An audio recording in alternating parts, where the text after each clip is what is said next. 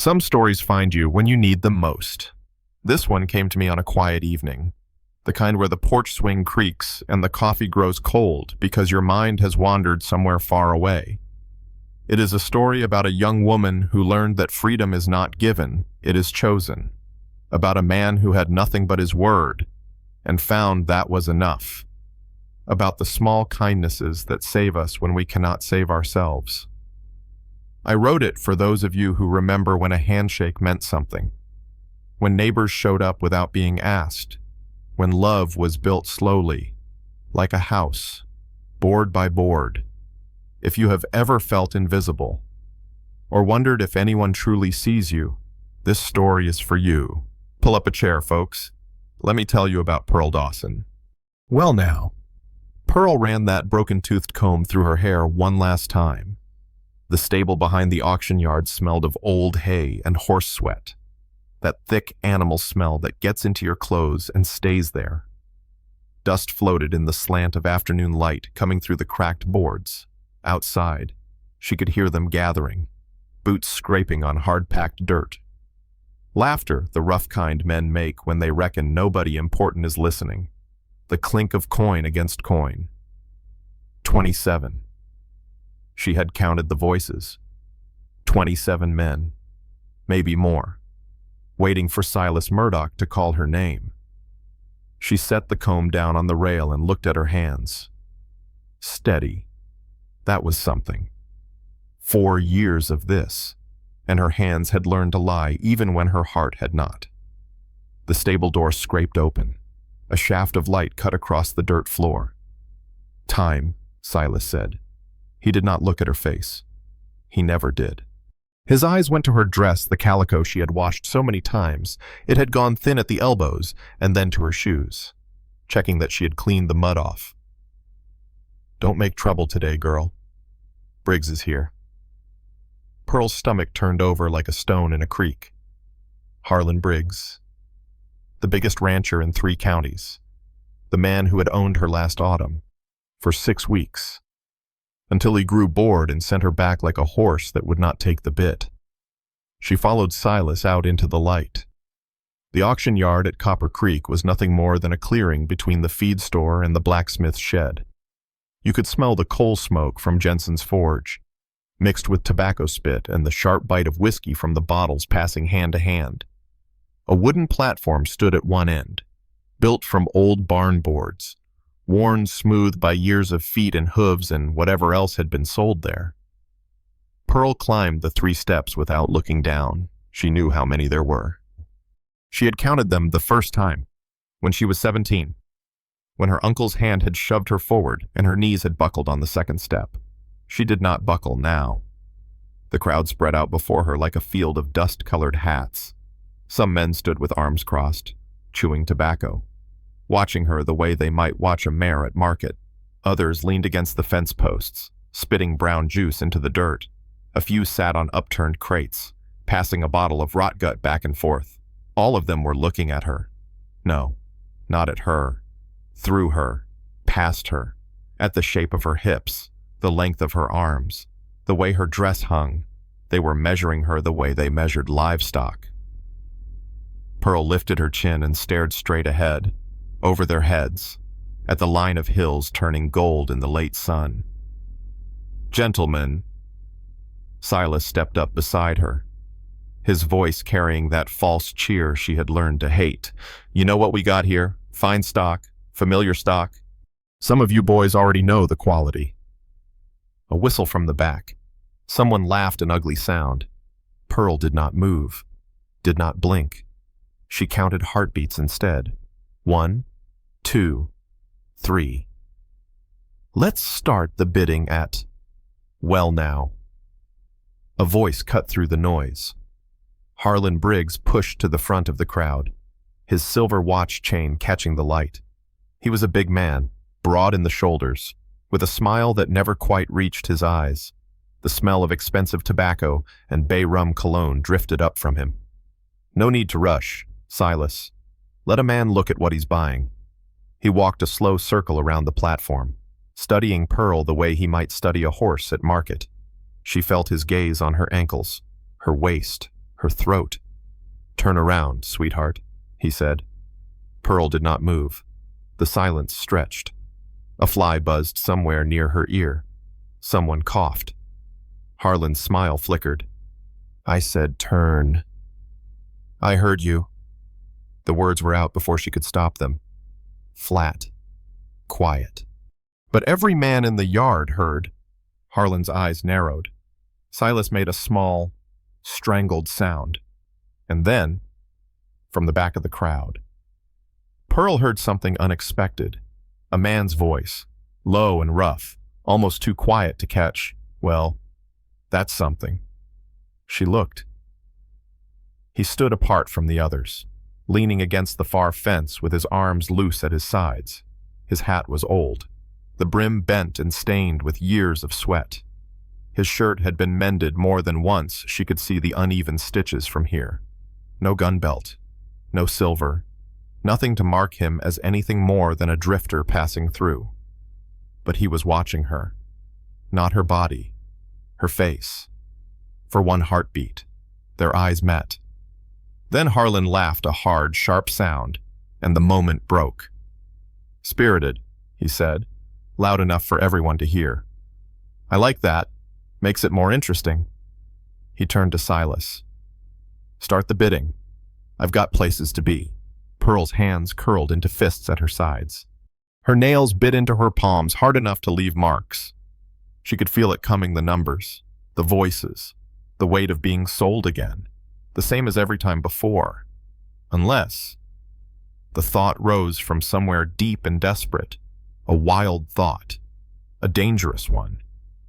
Unless she changed the rules. She opened her mouth. If this story has found you on a quiet evening, perhaps with coffee growing cold, or a porch swing creaking, I would be honored to know where you are reading from. As the old folks used to say, good company makes the miles shorter. "Wait!" Pearl's voice cut through the yard. Not loud, but clear enough that Silas stopped mid-breath, his mouth hanging open like a catfish pulled from the creek. The crowd shifted. Leather creaked. Someone's horse stamped and snorted at the hitching post. Harlan Briggs turned slow, one eyebrow raised, that silver watch chain swinging against his vest. Pearl's chest burned. Her heart slammed against her ribs so hard she reckoned everyone could hear it. But her voice stayed level. "I have a different way." Someone in the back laughed, a short, sharp bark. "She's lost her mind." Pearl ignored it. She kept her eyes on Harlan, on that watch chain glinting in the fading light, on the smell of his fancy cologne mixing with the dust and horse sweat. "You want me," she said. "Prove you deserve me." The laughter spread now, rolling through the crowd like wind through dry grass. Men elbowed each other. One spat tobacco juice into the dirt. She heard it splat near the platform's edge. But Harlan did not laugh. His eyes narrowed, calculating, the way a man looks at cards he is not sure he can beat. "Go on," he said. Pearl swallowed. Her throat felt like sand. 3 challenges. Any man who passes all 3, he can take me out of here. No money changes hands. No auction. Silas grabbed her arm. His fingers dug in hard enough to leave bruises tomorrow. "You can't do this. You don't get to." "Let her." Harlan's voice was soft, almost amused. "I reckon this could be entertaining." Silas's grip loosened. He stepped back, shaking his head, muttering something Pearl could not catch.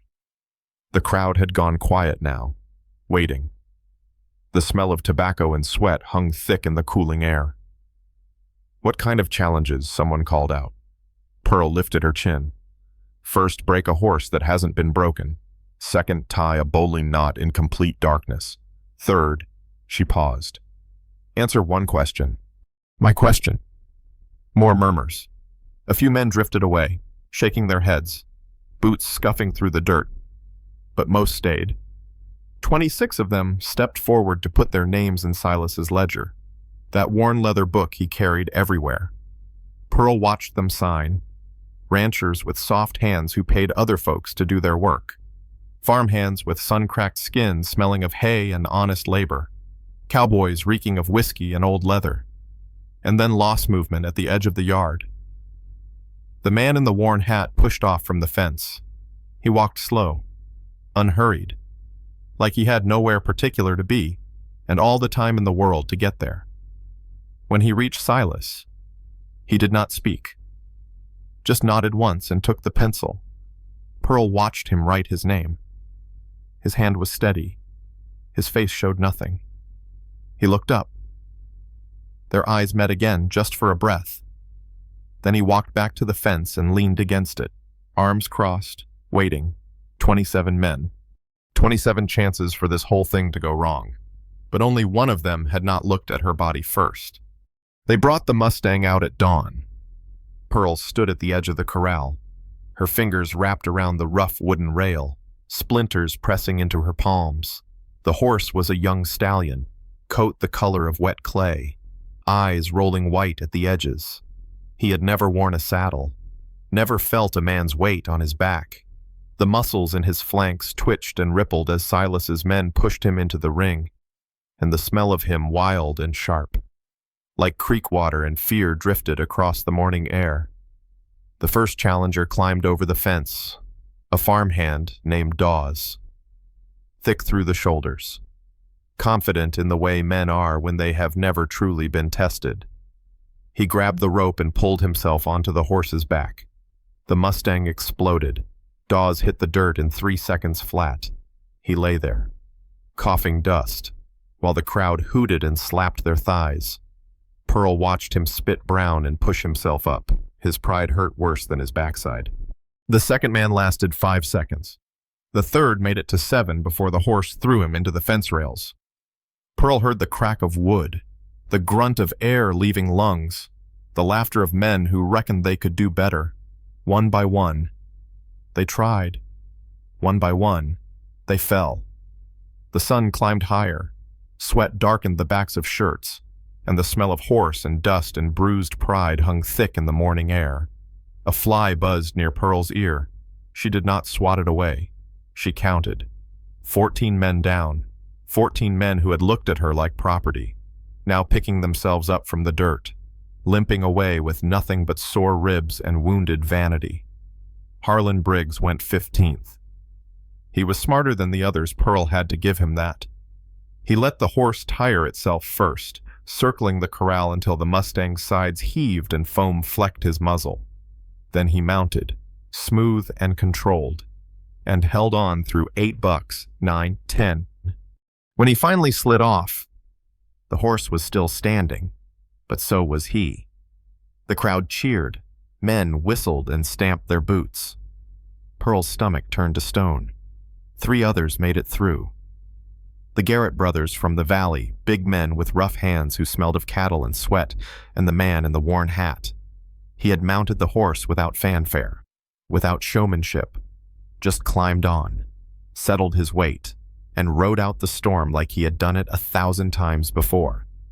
When he dismounted, he did not look at the crowd. He walked back to his spot by the fence and waited, quiet as a shadow. 5 men left, the second challenge. Silas led them to the storage shed behind Jensen's forge. No windows, no cracks in the boards. When the door closed, the darkness inside was absolute. Pearl knew because she had checked it herself that morning, standing in the black until she could not tell if her eyes were open or shut. "Bowline knot," Silas announced, holding up a length of rope. "You got 3 minutes. Anyone who can't tie it right comes out empty-handed." The first Garrett brother went in. Pearl listened to the silence, then the scrape of the door opening. He held up his rope. The knot was wrong, a granny knot, loose and useless. He shook his head and walked away, muttering something about the dark playing tricks. His brother lasted 2 minutes before he stumbled out. The rope tangled in his hands like a nest of snakes. 2 down, 3 left. Harlan went next. The door closed. The seconds stretched. Pearl's nails dug into her palms so hard she felt the skin break, felt the warm wet of blood in the creases of her fingers. The door opened.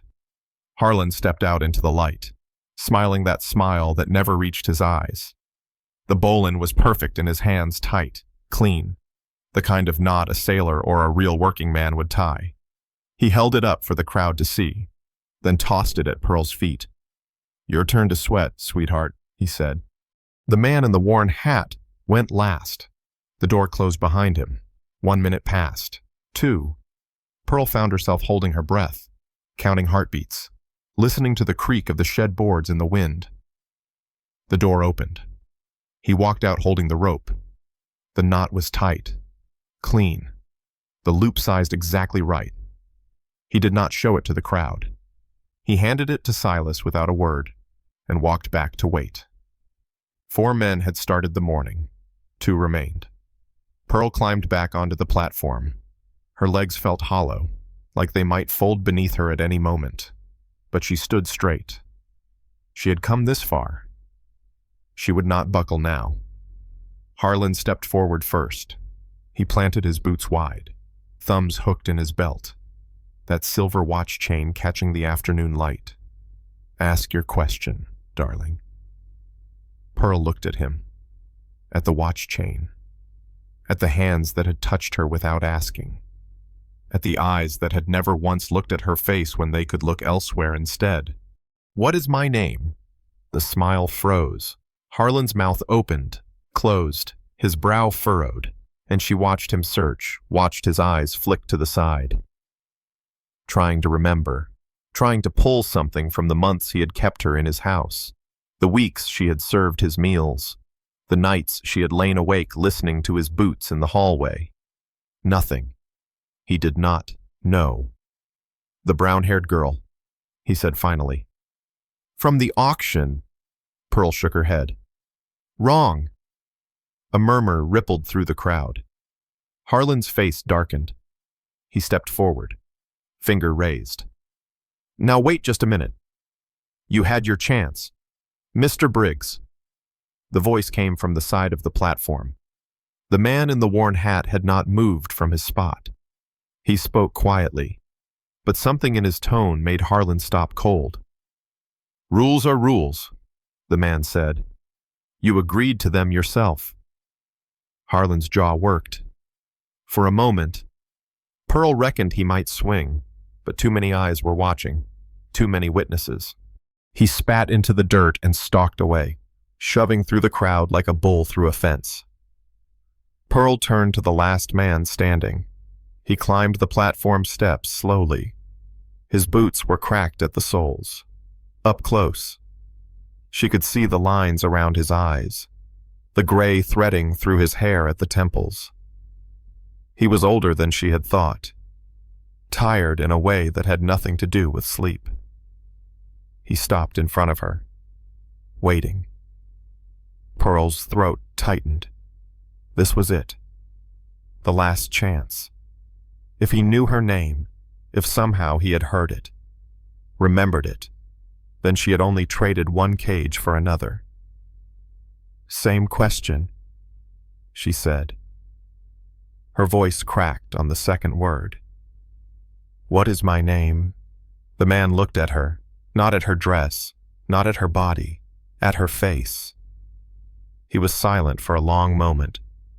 Then he opened his mouth to answer. "I don't know." The words hung in the air between them. Pearl felt the blood drain from her face. Her hands went cold, and the platform boards seemed to tilt beneath her feet. He did not know. Just like Harlan. Just like all the others. From somewhere in the crowd.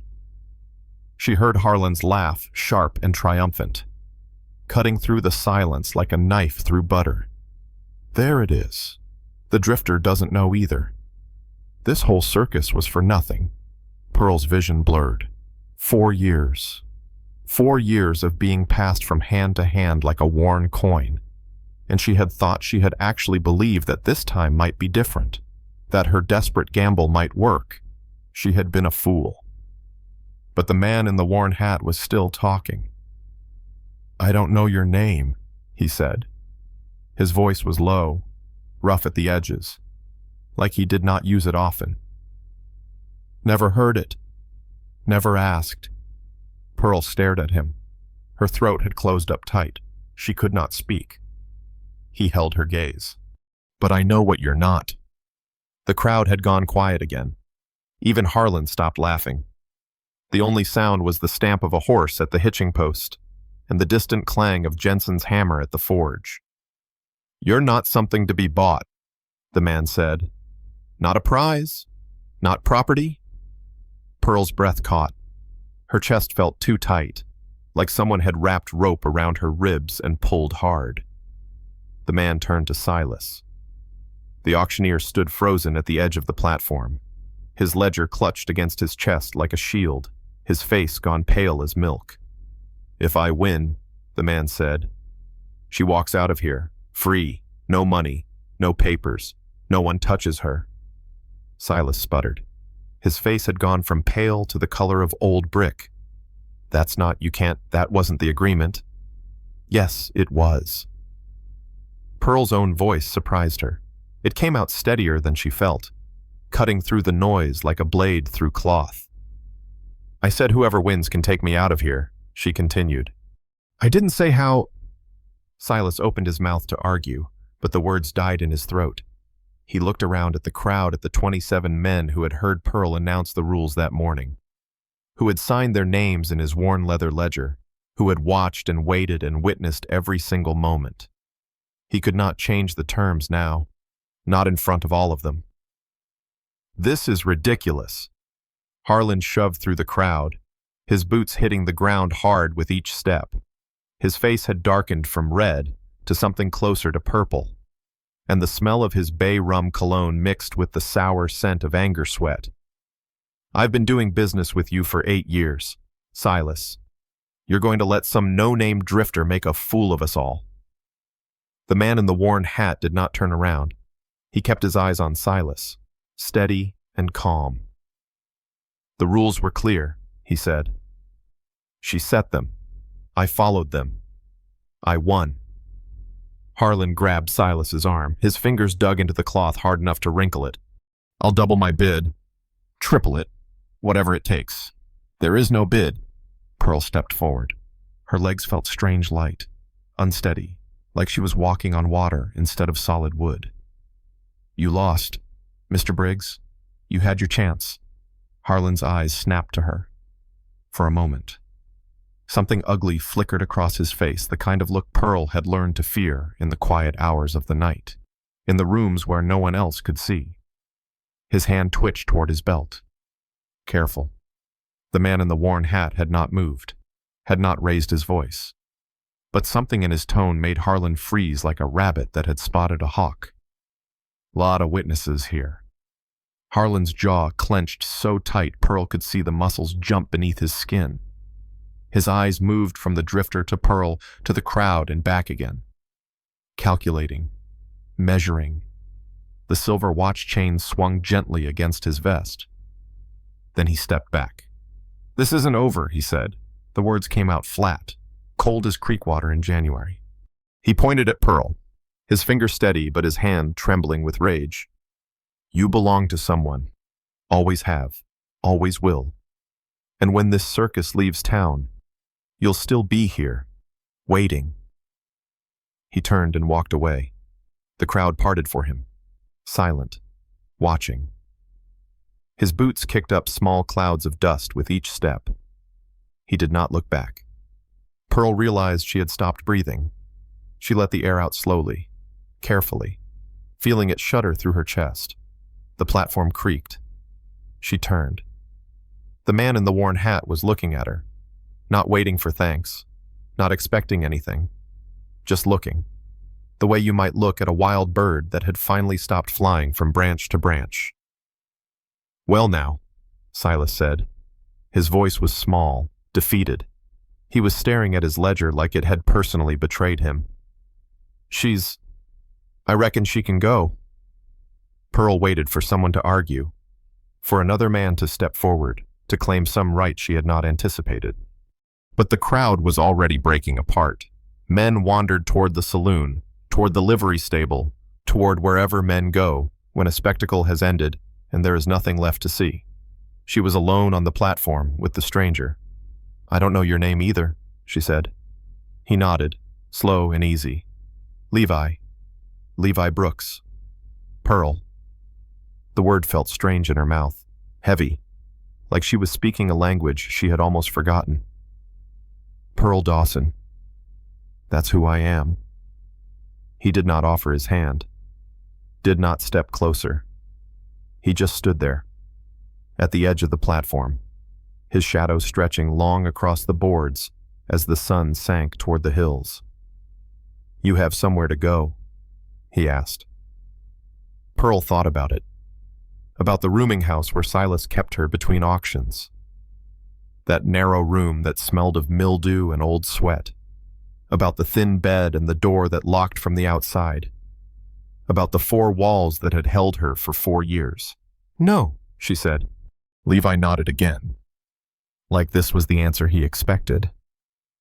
He turned and looked out toward the town gate, toward the road that wound through the hills and disappeared into the distance, golden in the late afternoon light. I was heading west, he said. No particular place, just west. He did not invite her, did not tell her what to do. He just stood there, waiting. The way he had waited all morning. The way he had waited through every challenge. Pearl looked at the platform beneath her feet, at the auction yard that had been her whole world for so long, at the fading light and the empty corral and the road that led away from everything she had ever known. Then she stepped down. Her foot hit the dirt. Solid. Real. She did not stumble. Levi was already walking toward the gate. He did not reach for her hand, did not look back to see if she was following. He just walked, steady and unhurried, his worn boots leaving shallow prints in the dust. Pearl stood there for a moment, her heart pounding so hard she could feel it in her teeth. Then she followed. Behind her, the auction platform stood empty in the dying light. The wood creaked once in the wind, then went silent. Ahead, the road stretched toward the hills, toward whatever came next. Levi pushed open the wooden gate. The hinges groaned, a low, rusty sound that seemed to echo through the empty yard. He stepped through, waited. Pearl stopped at the threshold. Her hand rested on the gatepost, feeling the rough grain of the wood against her palm, the splinters waiting to catch her skin. Then she turned and walked through. It swung shut behind her with a sound like a door closing on an old life. They walked in silence. The road stretched ahead, pale in the fading light. Dust rose around their feet with each step, and the evening air carried the smell of sage and cooling earth. Pearl did not know where they were going, did not know what would happen when they got there. But for the first time in 4 years, no one was holding her wrist. The road out of Copper Creek wound through low hills covered in scrub brush and wild grass. Pearl walked with her eyes fixed on the horizon, where the sun had begun its slow descent toward the earth. The light had turned the color of honey, thick and golden, spilling across the land like something poured from a jar. Levi walked beside her, not ahead, not behind, just beside, matching her pace step for step, his boots crunching softly on the packed dirt. They did not speak. Pearl listened to the sounds around her instead, the whisper of wind through the grass, the distant call of a mourning dove, low and lonesome, the rhythmic creak of Levi's saddlebag against his hip. Small sounds, ordinary sounds, the kind of sounds she had stopped noticing years ago, when every part of her had been focused on surviving the next hour, the next day, the next man who reckoned he owned her. She realized she was listening differently now, not for danger, not for footsteps behind her or voices raised in anger, just listening. The way a person listens when they have nowhere particular to be and no one waiting to punish them for being late. A mile passed. Maybe 2. The town had disappeared behind the hills. swallowed up by the folds of the land. Pearl did not look back to check. She did not want to see it, did not want to give it even that much of her attention. "Where are you going?" The words came out rougher than she intended. Her throat was dry, coated with dust from the road. Levi did not break stride. "West." "West where?" He shrugged. The movement was small, almost nothing. "Just west. Haven't decided yet." Pearl turned this over in her mind. A man with no destination, no plan, no place he had to be. She had never known anyone like that. Everyone she had ever met had wanted something from her labor. Obedience. Something else she did not care to name, but this man walked like he expected nothing, asked for nothing, wanted nothing except to keep moving. "Why did you do it?" Levi glanced at her. His eyes were the color of creek water in shadow gray, with hints of green hiding at the edges. "Do what?" "Enter the challenge.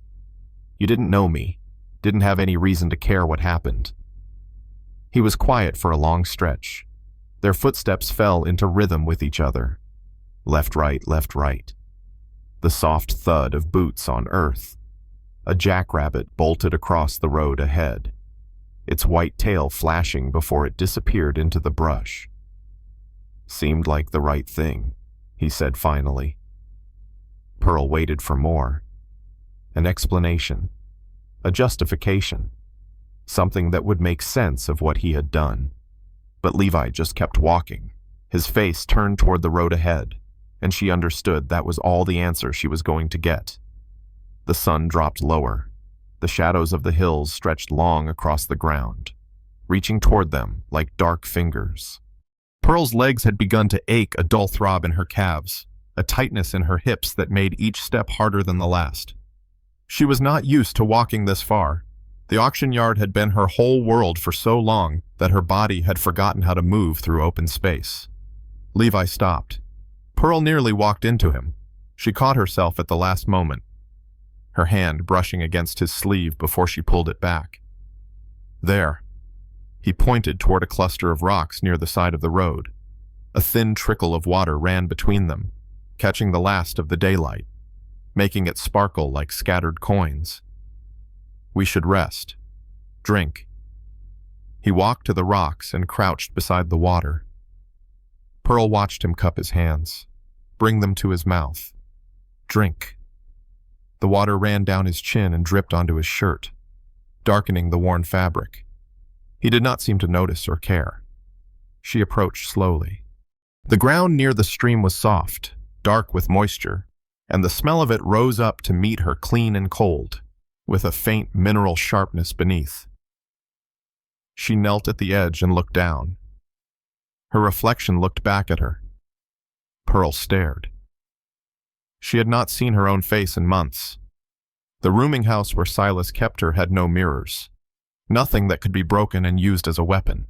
Nothing that could remind the women there that they were still human beings, with faces and eyes and mouths that could speak their own names. She had almost forgotten what she looked like. The face in the water was thinner than she remembered. Older. There were shadows beneath the eyes, lines at the corners of the mouth that had not been there before. But the eyes themselves were the same dark, steady, watching. No one stood behind her in the reflection. No hand hovered near her shoulder, ready to grab. No voice waited to tell her what to do next. She was alone with herself for the first time in 4 years. Pearl cupped her hands and drank. The water was cold enough to make her teeth ache, cold enough to shock her throat all the way down to her stomach. She drank again, then again, until her belly felt full and heavy and the ache in her throat had eased. When she looked up, Levi was sitting on one of the flat rocks, digging through his saddlebag. He pulled out something wrapped in cloth, a loaf of bread. She realized, dark and dense, hard as a river stone from sitting in that bag who knew how many days. He broke it in half, held out the larger piece to her. Pearl hesitated. Her hand hung in the air between them, not quite reaching. "It's not charity," Levi said. His voice was matter of fact, without judgment or expectation. Just bread. Take it or don't. She took it. The bread was sour and tough, the crust so hard she had to work at it with her back teeth. But it was food. Real food, offered freely, without strings attached. She ate slowly, tasting every bite, while the sky above them faded from gold to pink to the deep purple of coming night. Crickets began to sing in the grass. First one, then another, then a whole chorus rising up around them, filling the evening air with sound. An owl called somewhere in the distance, low and hollow. Pearl Dawson, she said. Levi looked at her. My name. You asked it back there, and I told you, but I wanted to say it again. She swallowed the last of the bread, feeling it scratch its way down her dry throat. Pearl Dawson, that's who I am. Levi nodded slowly. Levi Brooks, that's who I am. It was not a handshake, not a promise. Just two people speaking their names to each other in the gathering dark, the way folks do when they are just starting to know one another. Pearl found that it was enough. The stars began to appear overhead, one by one, pricking through the fabric of the sky like pins through dark cloth.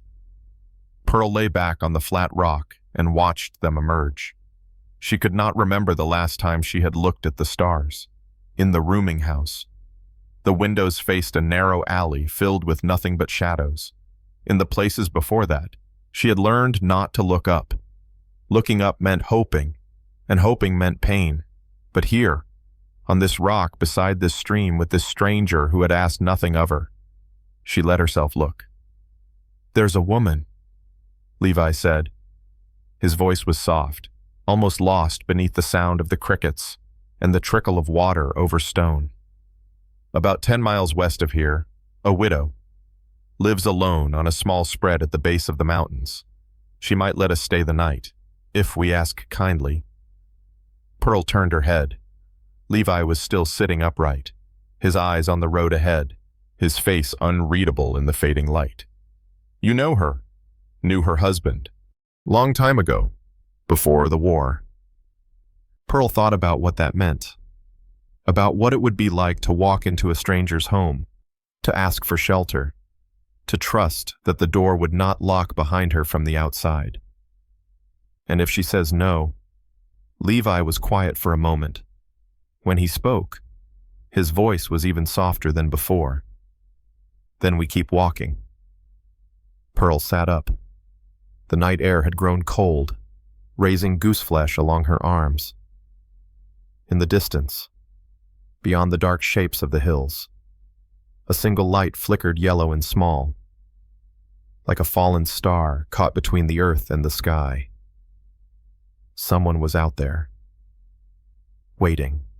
The cabin sat at the base of a low ridge, its windows glowing yellow against the dark. Smoke curled from a stone chimney, gray against the purple sky, and the smell of wood smoke drifted down to meet them on the evening breeze. A wooden fence ran around the property, weathered and leaning in places, but still standing after all these years. Pearl stopped at the gate. Her legs ached from the walk, and her feet had begun to throb inside her worn shoes where the leather had rubbed raw. The cold had crept into her bones over the last mile, settling deep in her joints like an old friend who would not leave. Levi pushed the gate open. The hinges groaned a long, low sound that seemed to carry across the quiet land. A dog barked somewhere behind the cabin, once, twice, then silence. The front door opened. A woman stood in the doorway, framed by the lamplight behind her. She was small and thin, with gray hair pulled back in a tight bun, the kind that takes years of practice to get just right. Her face was lined, weathered by decades of sun and wind, but her eyes were sharp as tacks. They moved from Levi to Pearl and back again, taking everything in without a word. "Levi Brooks," she said. Her voice was rough, like she did not use it often. "Well now," Been a long time. Mrs. Weaver. Levi pulled off his hat and held it against his chest. I was hoping you might have room for 2 travelers tonight. The woman's eyes settled on Pearl. She looked at her face, her dress, her hands.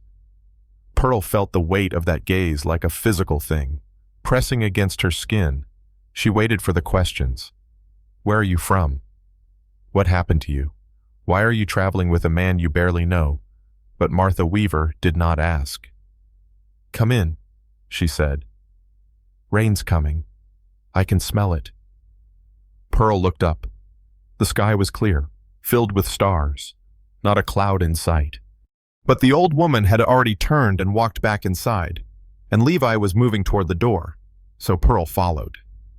The cabin was small, a single room with a kitchen at one end and a bed at the other. A cast-iron stove stood against the wall, radiating heat that wrapped around Pearl like a warm blanket.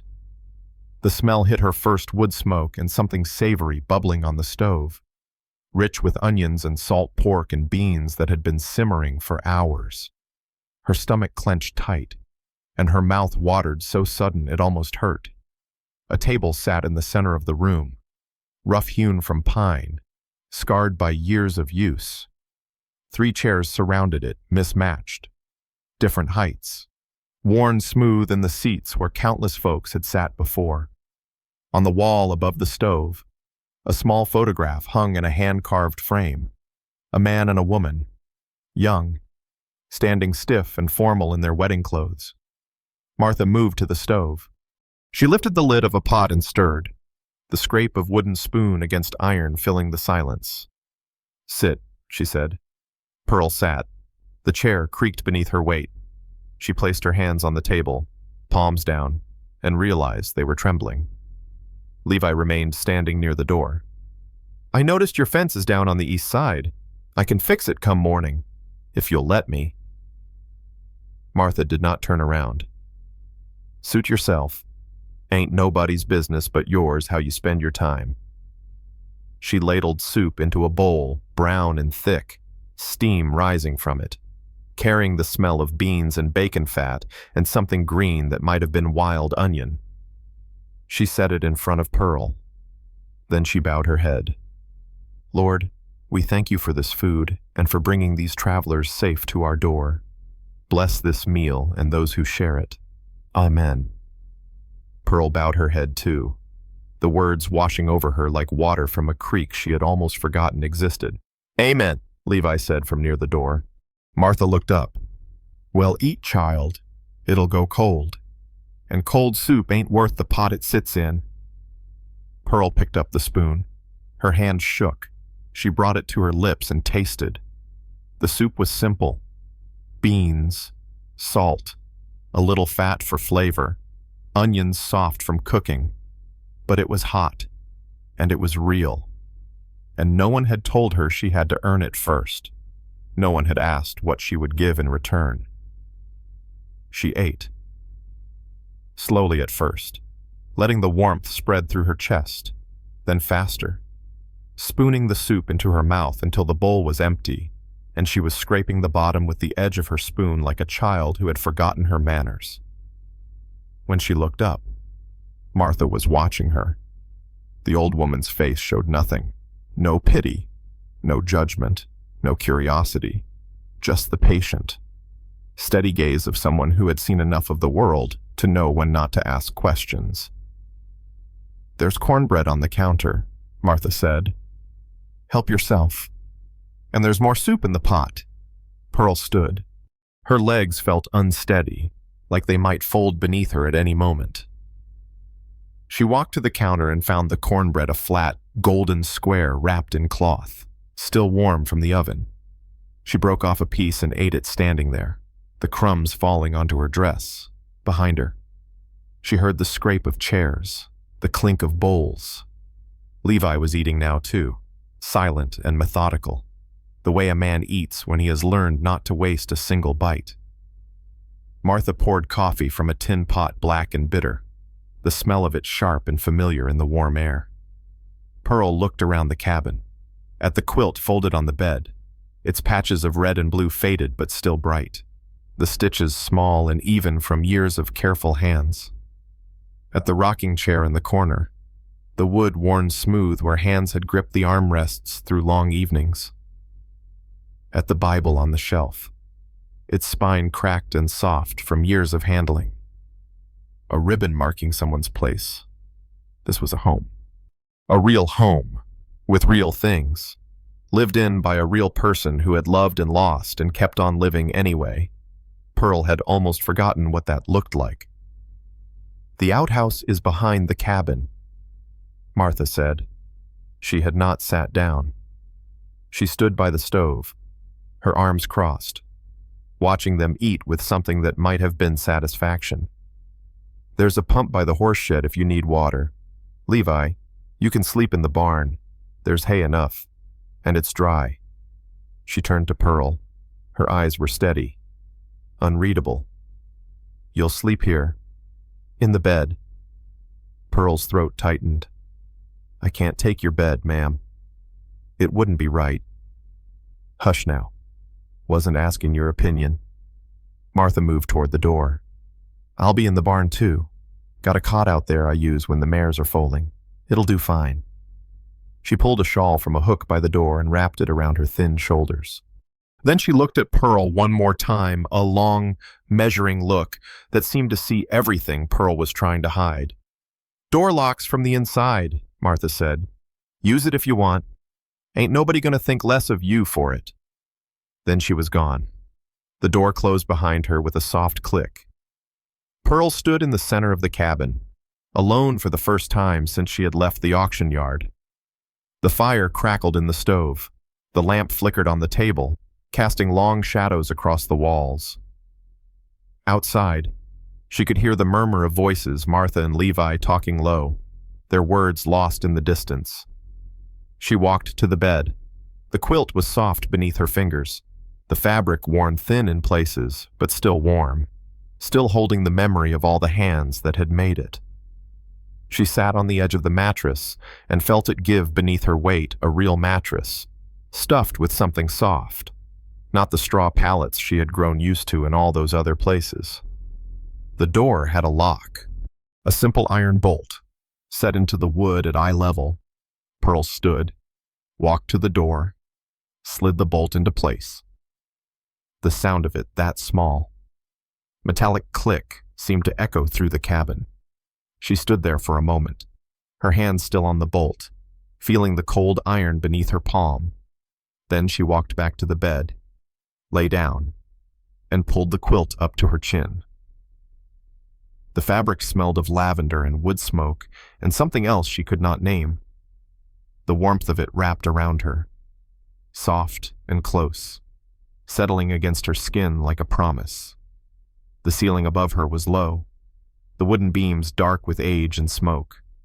She could hear the wind outside, rustling through the grass, the distant bark of the dog, the creak of the barn door opening and closing. She was alone, in a locked room, in a stranger's home, and no one was coming to hurt her. Pearl closed her eyes. Her body felt heavy, sinking into the mattress like a stone into still water. The warmth of the quilt wrapped around her. And for the first time in 4 years, she did not fight it. She slept. When she woke, gray light was filtering through the window. Dawn. The fire in the stove had burned down to embers, and the cabin had grown cold around her. Pearl sat up. Her body ached, a deep, bone-tired ache that came from walking too far and sleeping too hard. But beneath the ache, there was something else. Something she could not quite name. She swung her legs over the side of the bed. Her feet touched the cold wooden floor. Outside, she could hear voices. Martha's rough tone, Levi's quieter one. The sound of hammering steady, rhythmic, metal striking wood. She walked to the window and looked out. Levi was at the fence line, working on the broken section, his breath making small clouds in the cold morning air. Martha stood nearby, holding a bundle of rails, watching him work. The morning light was pale and thin, the sky the color of old bone. Pearl watched them for a moment. Two people, working together in the early light, asking nothing of each other except presence. Then she turned to the basin on the washstand, poured water from the pitcher, washed her face. The water was cold. It woke her up, made her skin tingle and her blood move faster. She dried her face with the cloth hanging beside the basin and looked at herself in the small mirror above it. The same face from the stream looked back at her, tired, thin, but somehow different in the morning light. She walked to the door, paused with her hand on the bolt. Then she slid it open and stepped outside. The morning air was sharp, carrying the smell of wet grass and wood smoke and the first hint of rain on the wind. Martha had been right about the weather. Pearl could see the clouds building now, dark and heavy on the horizon. She walked toward the fence where Levi and Martha were working. Martha looked up as she approached. Her eyes moved over Pearl's face, her dress, her hands. Then she nodded a small, brief movement and turned back to the rails. "There's coffee on the stove," she said. "Biscuits, too, if you're hungry. Lord knows you could use some meat on those bones." Pearl nodded. She did not go inside. Instead, she stood there, watching them work, feeling the cold air on her face and the solid earth beneath her feet. Levi drove another nail into the fence post. Martha handed him another rail. Neither of them spoke. Pearl walked closer, stopped beside the old woman. "What can I do?" she asked. Martha looked at her. Something shifted in the old woman's eyes, not warmth exactly, but something close to it, recognition, maybe. The look of someone who understood what it meant to need work to do. "Can you hold a rail steady?" Pearl nodded. Martha handed her the next piece of wood. Pearl gripped it with both hands, feeling the rough grain against her palms, and held it in place while Levi drove the nails home. They worked like that as the clouds gathered and the wind picked up and the first drops of rain began to fall. No one spoke of the past. No one asked about tomorrow. But when they walked back to the cabin together, Pearl noticed that Martha had left the front door standing open behind her, and for the first time in 4 years, an open door did not feel like a trap. The rain did not stop. Pearl woke on the second morning to the same sound water drumming against the tin roof, steady and relentless, like fingers tapping on wood that would never answer back. She lay in the bed and listened, watching the gray light seep through the window, feeling the damp cold that had crept into the cabin overnight and settled into the walls like it meant to stay. When she finally rose and looked outside, the world had turned to mud. The road that had brought them here was gone, swallowed by brown water that pooled in the low places and ran in rivulets down the hillside. The fence Levi had repaired stood dark and wet, the wood swelling with moisture. No one was going anywhere today. Pearl dressed in her same calico dress, the only one she owned, wrinkled now and smelling of her own sweat, and walked to the stove. The fire had gone out sometime in the night.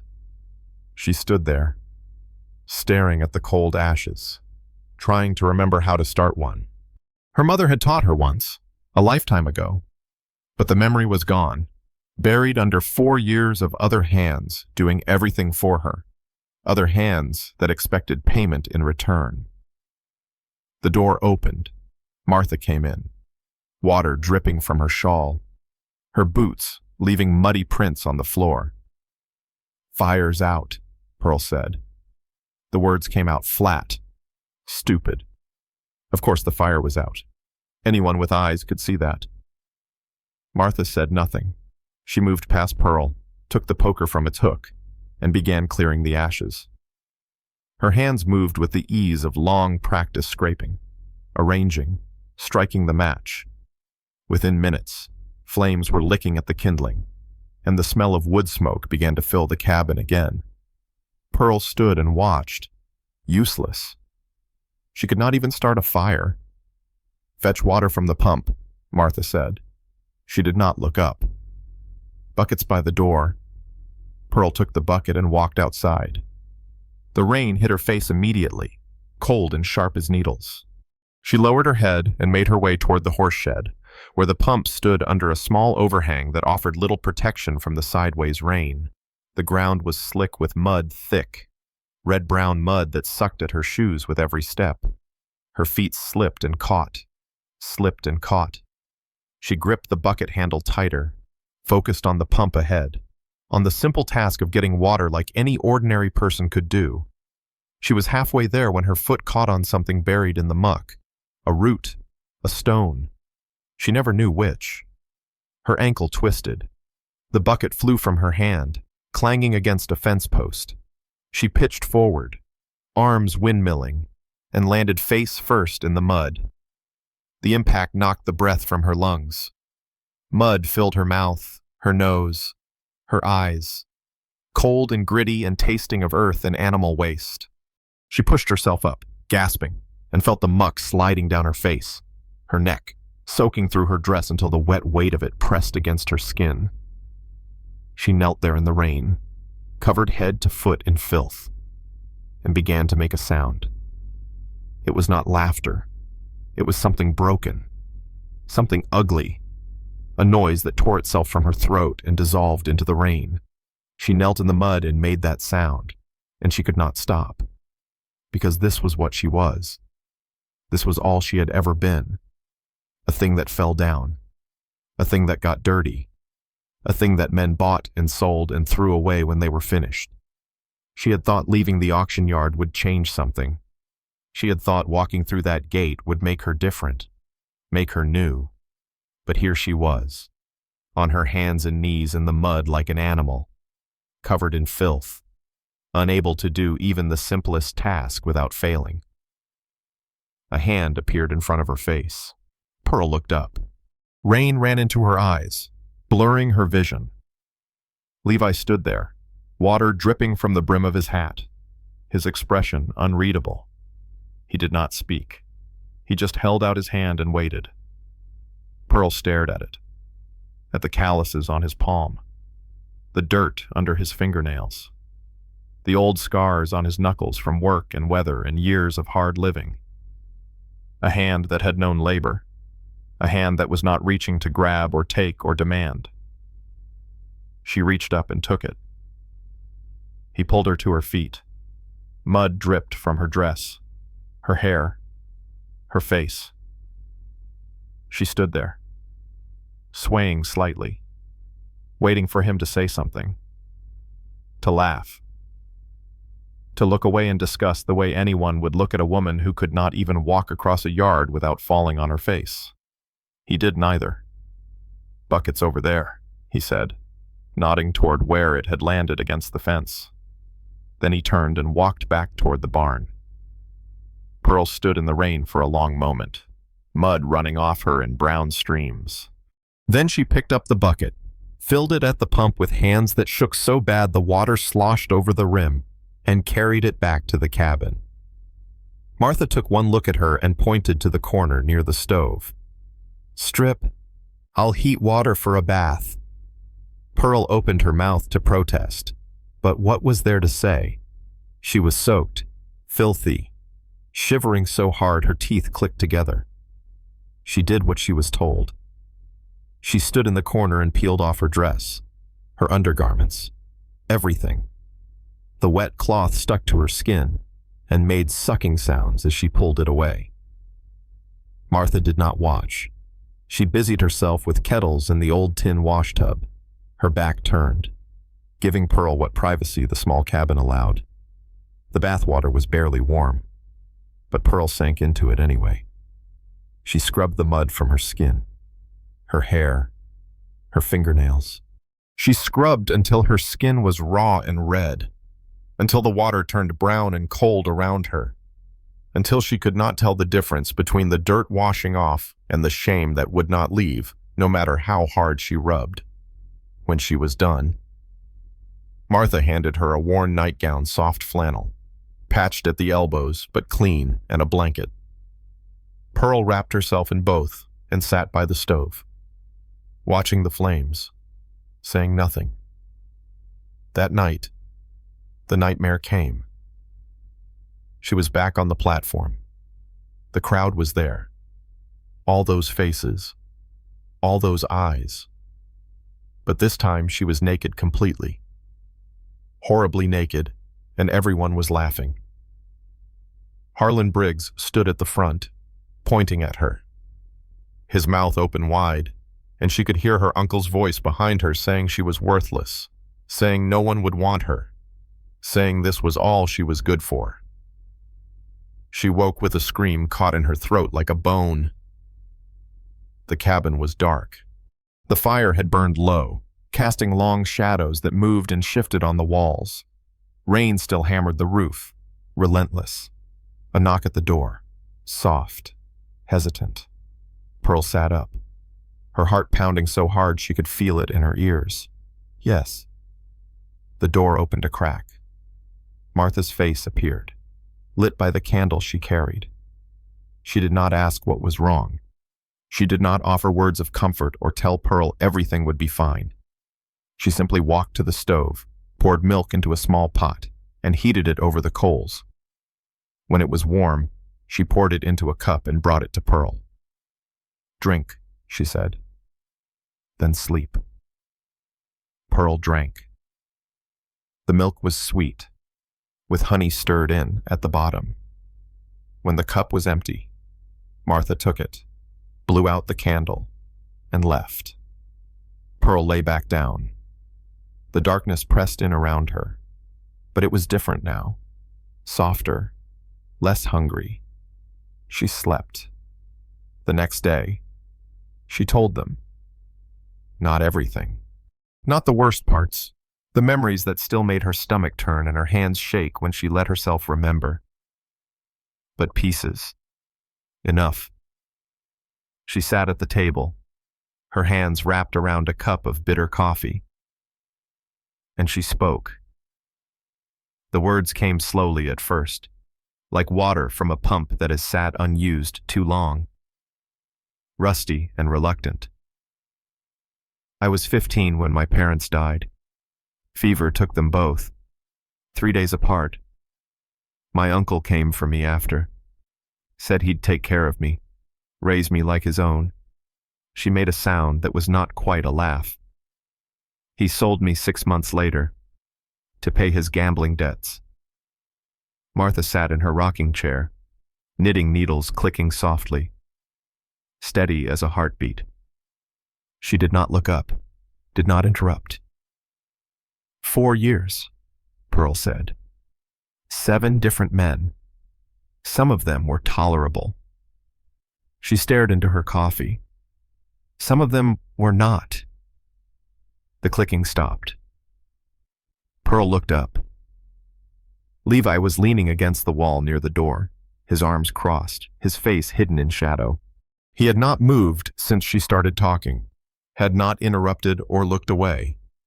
"My family had a farm," he said. His voice was quiet, rough at the edges. "South of here, down near the river. Good land. My father worked it his whole life. Sunrise to sunset. Never complained. My brother and I were supposed to take it over when he passed." He paused. The rain filled the silence with its steady drumming. Drought came. 3 years. No rain. We lost everything, the crops, the livestock, the land itself when we couldn't pay the bank. My brother got sick that last winter. Fever. We couldn't afford a doctor. Couldn't afford medicine. His jaw tightened. He was 14 years old. I held his hand while he died. Martha began knitting again. The needles clicked. "Lord have mercy," she said softly. "Lord have mercy on us all." No one else spoke. The rain drummed on the roof. The fire crackled in the stove. 3 people sat in a small cabin at the edge of nowhere, carrying their ghosts, saying nothing more because nothing more needed to be said. That night, Pearl did not lock her door. In the morning, the rain stopped. The clouds broke apart and drifted east, leaving the sky washed clean and pale.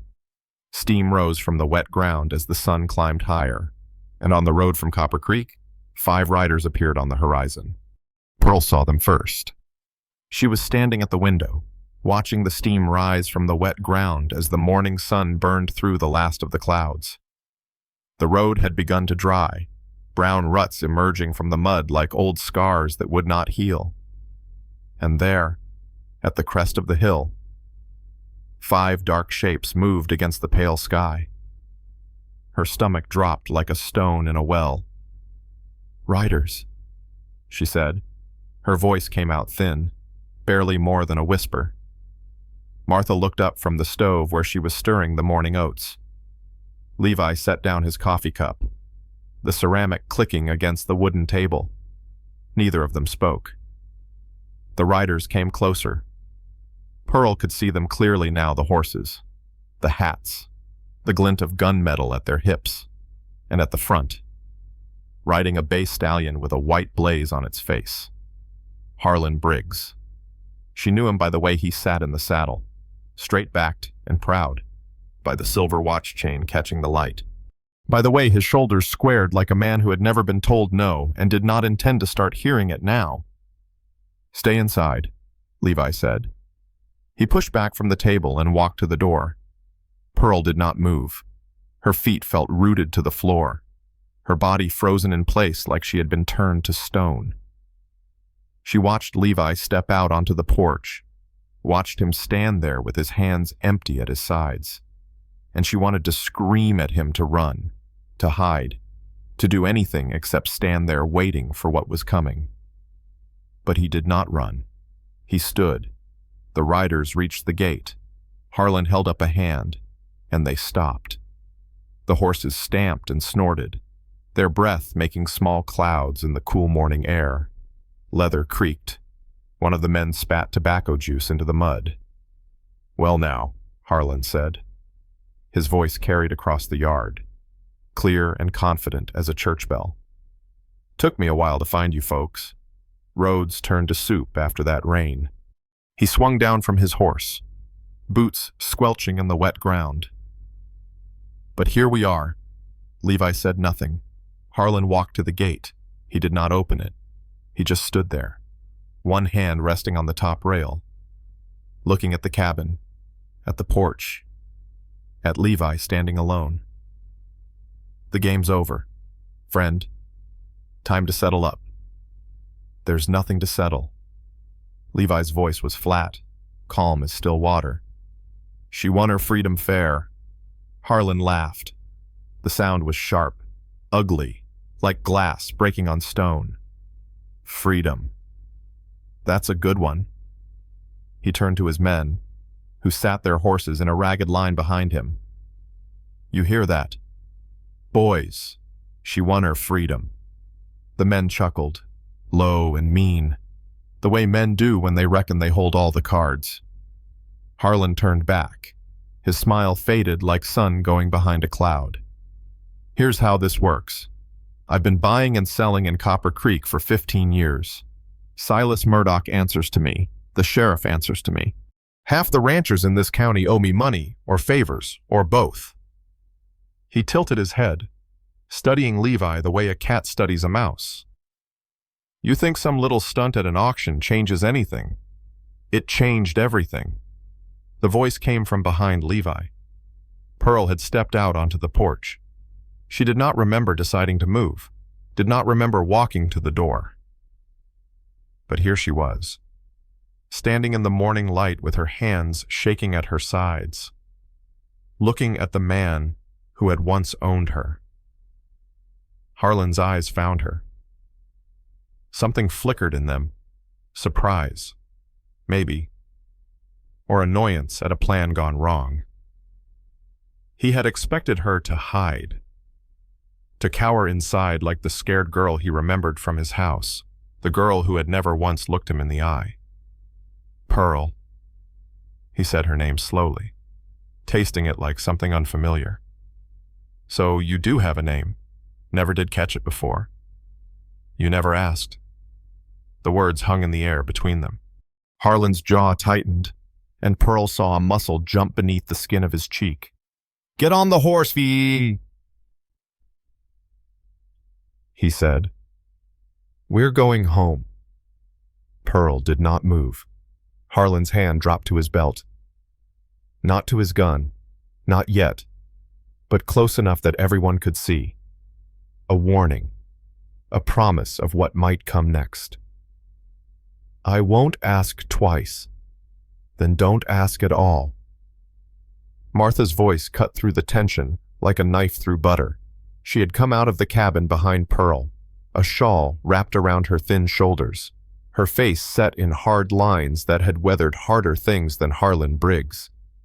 She walked to the edge of the porch and stood there, looking down at him like he was something unpleasant she had scraped off her boot. "You're on my land. Mr. Briggs, I don't recall sending you an invitation." Harlan's smile returned, but it was thinner now, colder. "Mrs. Weaver, my condolences about your husband. Thomas was a good man. Fine man. He was. And he'd have run you off this property with a shotgun and a prayer. But he's not here, is he?" Martha did not flinch. "No, he's not. But I am, and so are they." She pointed toward the ridge to the east. Harlan turned. Two figures had appeared on the hilltop, standing beside a wagon the Miller family from the next spread over. Pearl had heard Martha speak of them. They had borrowed seed money from her 3 summers back when the blight took their corn, and they had paid back every cent plus interest in fresh vegetables and helping hands come harvest time. To the west, another figure emerged from behind a stand of trees.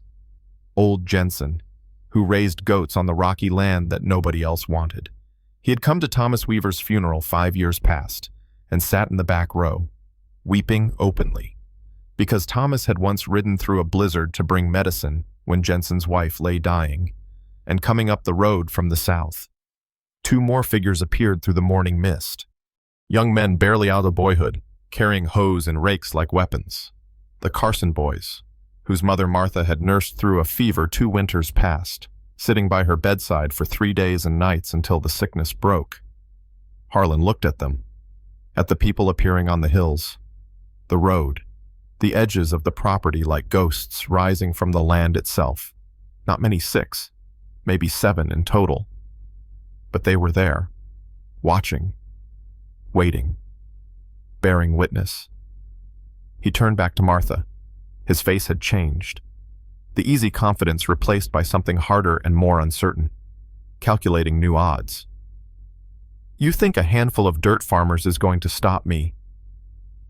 "I think," Martha said slowly, each word landing heavy as a stone, "that you're used to doing your business in the dark, where nobody sees, where nobody talks."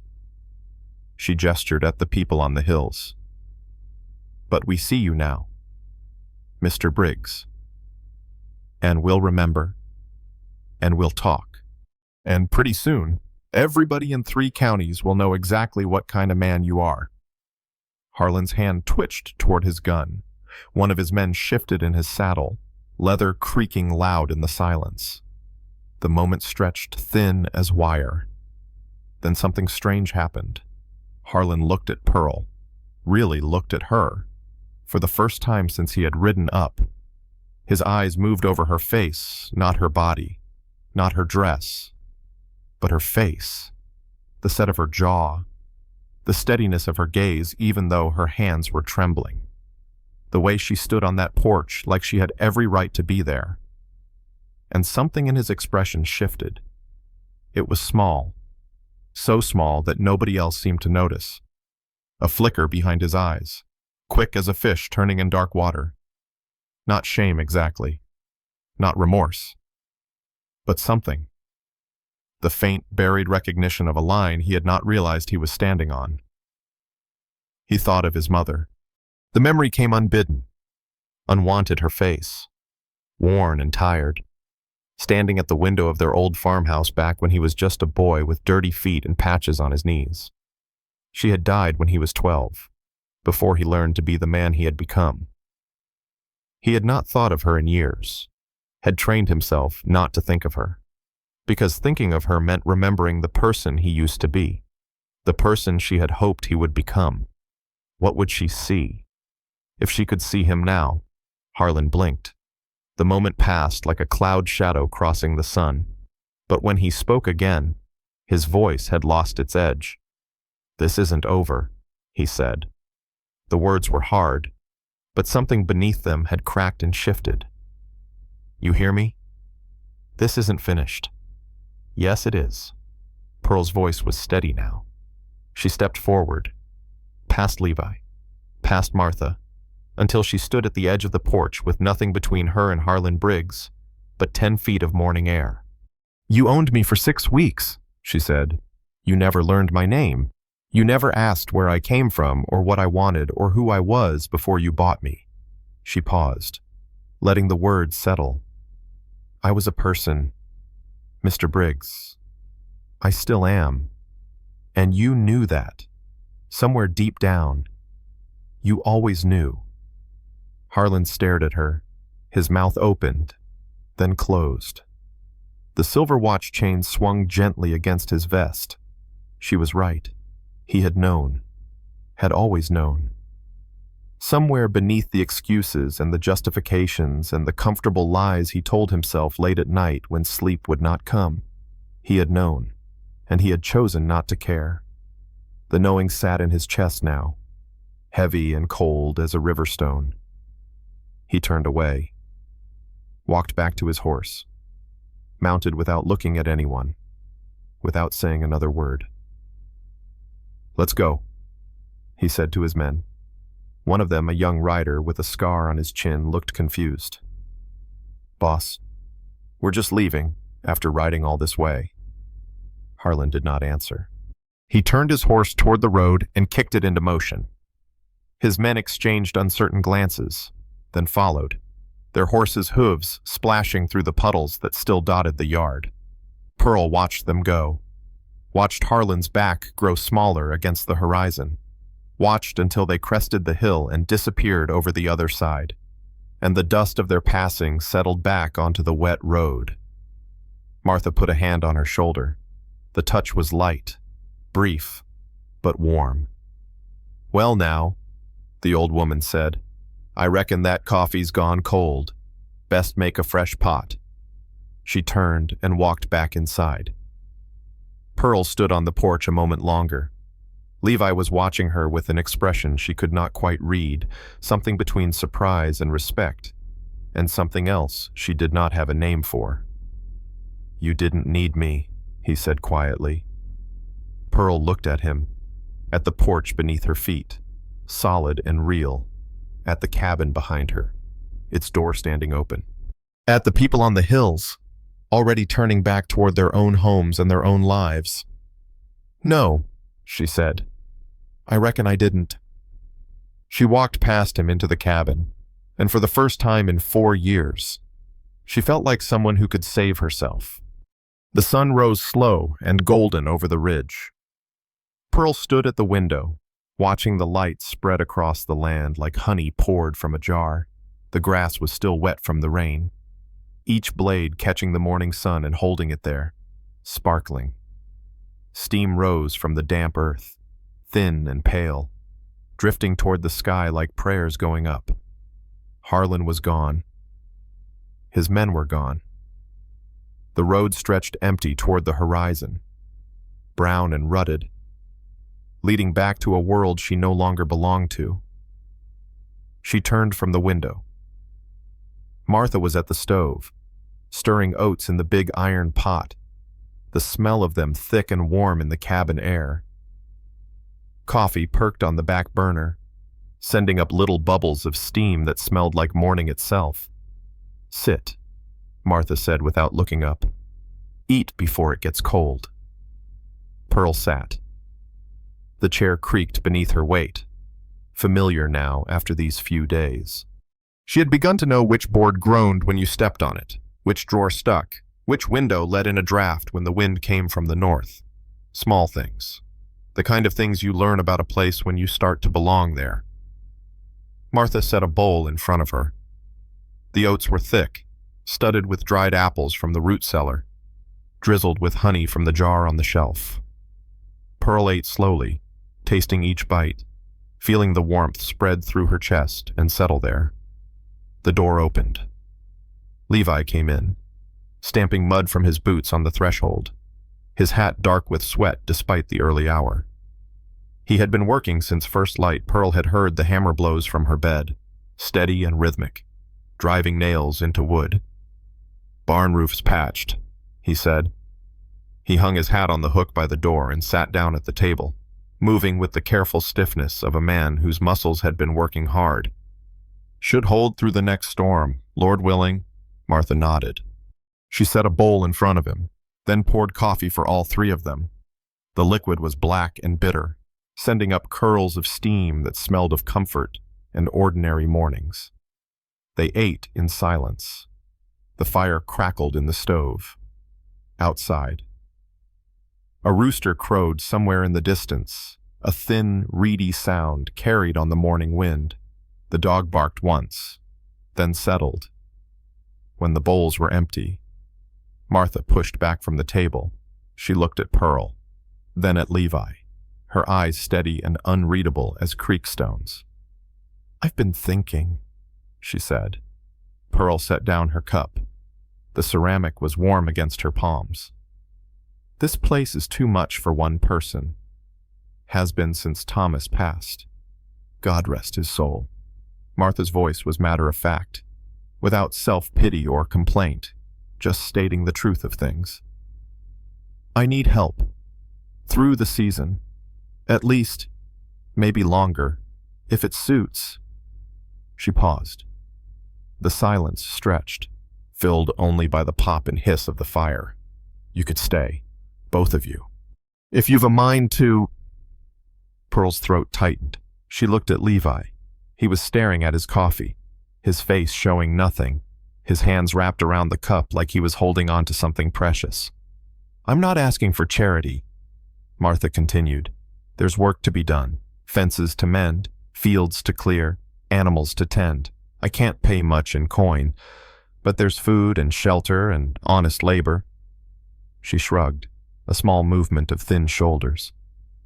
"It's a start, if that means anything to you." Pearl thought about the road, about walking west with no destination, no plan, no place to call home. She thought about the auction yard, the platform, the faces of all those men who had never once seen her as a person. And she thought about this cabin, the quilt on the bed that smelled of lavender, the fire in the stove that kept the cold at bay, the door that locked from the inside. "Yes," she said. The word came out before she could stop it, rising up from somewhere deep. "I'll stay." Martha nodded, unsurprised. She turned to Levi. He was still looking at his coffee. His hands had gone still around the cup, the knuckles white beneath the weathered skin. "I'm not much for staying in one place," he said slowly, each word measured and careful. "Never have been. A man gets used to moving, and moving gets to be all he knows." Pearl felt something twist in her chest. She had not realized, until that moment, how much she wanted him to say yes. Levi looked up. His eyes met hers across the table, gray and green and tired in a way that had nothing to do with sleep. "But I reckon I could try," he said. "For a while. Anyway." Martha stood, brushing crumbs from her apron. "Good. That's settled then." She pointed toward the window. "There's a fence post rotted through on the south side. Been meaning to fix it since spring. Get it done before noon if you can." She walked to the door, pulled her shawl from the hook. "I'm going to check on the chickens. Lord knows Boss has been ornery since the rain." She left.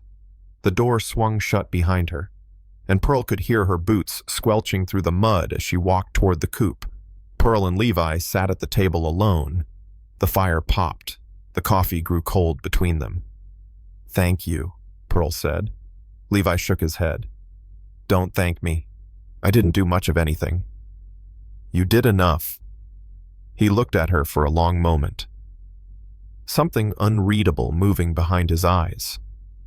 Then he pushed back from the table and stood, joints creaking. "I should get to that fence post," he said. "Won't fix itself." He walked to the door, took his hat from the hook, and went out into the morning light. The days took on a rhythm after that, the way days do when there is work to be done and people to do it with. Pearl learned to cook. She burned 3 pots of beans in the first week, scorching them black on the bottom until the smell of it filled the cabin and made Martha open all the windows despite the chill. But Martha only looked at the ruined pot, shook her head, and said, "Less fire, more patience. Try again tomorrow." The 4th pot came out right soft and savory, seasoned with salt pork and wild onion the way Martha had shown her. Martha ate 2 bowls that night and said nothing, but Pearl saw the way she nodded when she thought no one was looking. She learned to mend clothes. The needle felt awkward in her fingers at first, clumsy and unfamiliar, drawing blood more often than thread. But Martha showed her the stitches running stitch, backstitch, the invisible hem that made repairs disappear, and Pearl practiced on scraps of cloth until her fingers stopped bleeding and the lines came out straight. She learned the names of things. The chicken's red, Speckle, and the mean one they called Boss, who pecked at ankles if you were not careful. The horse in the barn, a gentle gray mare named Molly who nickered soft when you brought her oats. The cat who lived under the porch and came out only at dusk, when the mice began to stir in the walls. Levi worked from dawn to dark. He dug a new well on the north side of the property, hauling up buckets of mud and stone until he hit water so clear and cold it made your teeth ache. He rebuilt the chicken coop, replacing the rotted boards with fresh-cut pine that smelled of sap and sawdust. He repaired the wagon, oiled the harness, sharpened every tool in the shed until the blades gleamed. They did not speak much, Pearl and Levi, but sometimes. In the evening when the work was done, they sat on the porch together and watched the sun go down. The silence between them was different now, easier. The kind of silence that happens between people who no longer need words to know they are not alone. One morning, Pearl found a piece of scrap wood behind the barn. It was flat and smooth, about the size of her 2 hands together. She took Levi's pocket knife he had left it on the porch rail the night before and began to carve. The letters came slowly. She had learned to write as a child, before her parents died, but that was a lifetime ago and the memory had grown rusty. The knife slipped and caught, leaving rough edges that snagged her fingertips. But she kept going, stroke by stroke, until the words were finished. Pearl Dawson. She hung the sign on the nail outside her bedroom door. It was crooked, the letters uneven, the wood rough where the knife had gouged too deep. But it was hers. Her name, carved by her own hand, marking the place where she slept. Martha saw it that evening. She stood in the hallway, looking at the sign, her face unreadable in the lamplight. Then she nodded once, a small, brief movement, and walked away without a word. That was enough. The next morning, Levi led Molly out of the barn. Pearl was sitting on the porch, shelling peas into a bowl, her fingers stained green from the work. She looked up at the sound of hooves on soft earth. "Ever ride before?" Levi asked. He stood beside the mare, one hand resting easy on her neck. Pearl shook her head. "Want to learn?" She set down the bowl. The peas rolled and scattered across the porch boards, but she did not stop to pick them up. She walked down the steps and crossed the yard to where Levi stood with the horse. Molly was calm, her dark eyes soft and patient. Pearl reached out and touched her neck. The coat was warm beneath her fingers, smooth and alive, the muscles shifting gently under the skin. "Put your foot in the stirrup," Levi said. "Left foot first, then swing your right leg over." Pearl gripped the saddle horn.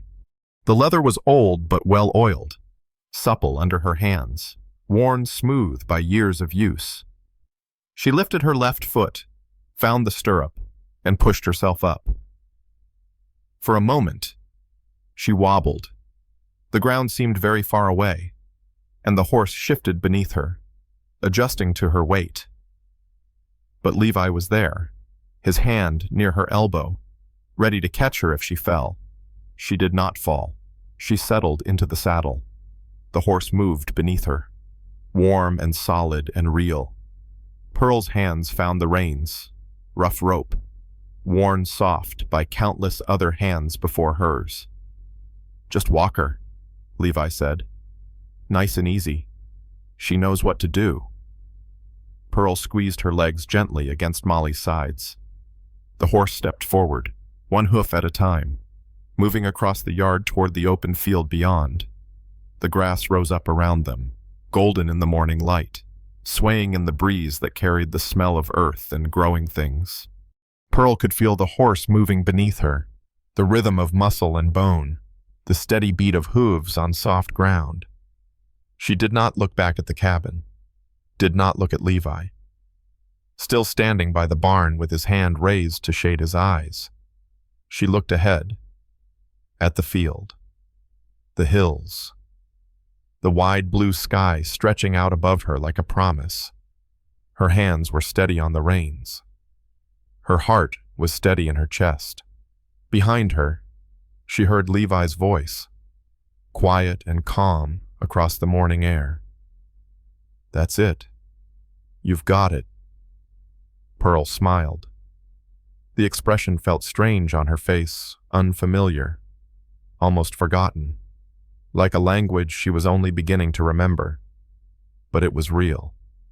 It was hers. She rode on. There is something quiet that stays with us after a story like this one, something that settles in the chest, tender and familiar, like an old ache we had almost forgotten we carried. Perhaps it lingers there still, as you sit with whatever brought you here this evening. Many of us have known what it is to feel unseen, to stand in a room full of people and wonder if anyone noticed we were there at all. Some of us have carried things alone for so long that we forgot we were carrying them. The weight became part of who we were. And perhaps, like Pearl, some of us are still learning that we are allowed to begin again, even when the beginning feels impossibly small and the road ahead uncertain. It is all right if this story stirred up something that does not have a name. It is okay to let it rest there, unfinished, the way so many true things remain unfinished in our lives. Not every ache needs an answer. Not every wound needs explaining. Sometimes it is enough just to sit with it a while, to let it breathe. Thank you for staying until the end. Thank you for listening.